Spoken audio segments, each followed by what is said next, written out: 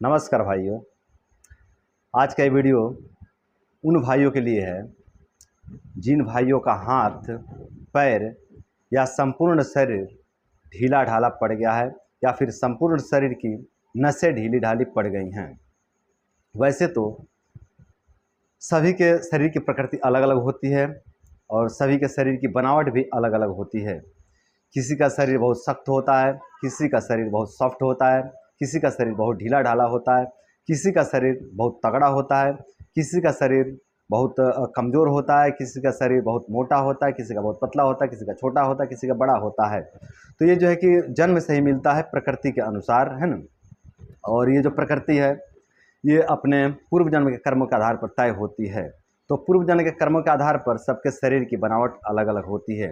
लेकिन आपको यदि ऐसा लग रहा है कि आपका शरीर पहले बहुत सख्त था, पहले बहुत जो है कि टाइट था, लेकिन अब जो है कि आपका शरीर बहुत ढीला ढाला हो गया है, बहुत लूज फूज पड़ गया है, आपके शरीर की नस नाड़ियाँ ढीली ढाली पड़ गई हैं, तो ये वीडियो आपके लिए है।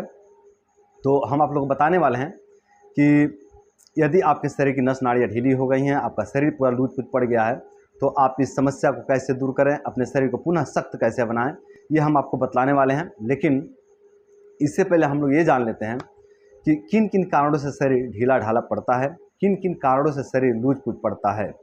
तो अगर कारणों की बात करें ना, तो पहला कारण तो ब्रह्मचर्य नाश है। यदि आप बहुत ज़्यादा ब्रह्मचर्य का नाश करते हो ना, तो आपका पूरा शरीर ढीला ढाला पड़ जाएगा, आपके शरीर की सभी नस नाड़ियाँ ढीली ढाली तथा लूज फूज पड़ जाएंगी। दूसरा कारण है शरीर में लौह धातु की कमी होना, अर्थात शरीर में आयरन की कमी हो जाना। यदि आपके शरीर में आयरन की कमी हो जाती है ना, तब भी आपका शरीर पूरा लूज फूज ढीला ढाला पड़ जाता है। तीसरा कारण है अधिक मात्रा में खटाई का सेवन करना या फिर खट्टे फलों का सेवन करना।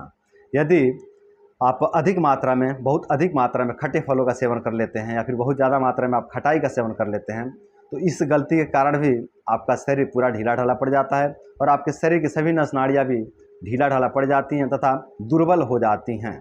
चौथा कारण है शरीर में टेस्टोस्टेरोन लेवल की कमी हो जाना।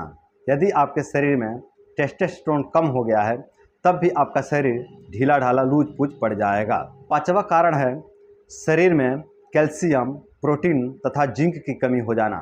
यदि आपके शरीर में कैल्शियम की, प्रोटीन की या फिर जिंक की कमी हो जाती है ना, तब भी आपका शरीर ढीला ढाला लूज फूज पड़ जाता है और आपकी सभी नस नाड़ियाँ कमज़ोर पड़ जाती हैं तथा ढीली ढाली पड़ जाती हैं।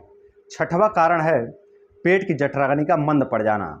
यदि आपके पेट की जठराग्नि मंद पड़ गई है ना, तब भी आपका शरीर ढीला ढाला पड़ जाएगा तथा आपके शरीर की नस नाड़ियाँ ढीली ढाली पड़ जाएंगी और दुर्बल हो जाएंगी।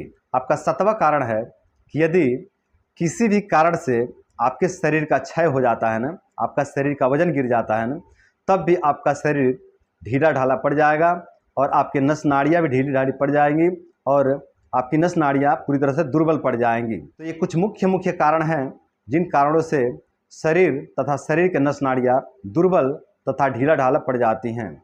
तो ये तो थे कारण। अब बात करते हैं कि इसका निवारण क्या है, इसका समाधान क्या है। तो अगर समाधान की बात करें ना, तो आपका पहला समाधान है, पहला चिकित्सा है ब्रह्मचर्य। यदि आप ब्रह्मचर्य व्रत का पालन करते हो ना, तो जो आपका शरीर ढीला पड़ गया है, जो आपका शरीर लूज पड़ गया है, जो आपकी नस नाड़ियाँ कमज़ोर पड़ गई हैं, दुर्बल पड़ गई हैं, वो नस नाड़ियाँ पुनः बलवान बन जाएगी। जो आपका शरीर ढीला ढाला हो गया है ना, ये ढीलापन आपका धीरे धीरे पूरी तरह से खत्म हो जाएगा और आपका शरीर पहले जैसा सख्त, पहले जैसा टाइट हो जाएगा ब्रह्मचर्य व्रत का पालन करने से। और आपका दूसरा चिकित्सा है कि आप 100 ग्राम अश्वगंधा चूर्ण लीजिए और उसमें 10 ग्राम लौह भस्म मिला दीजिए।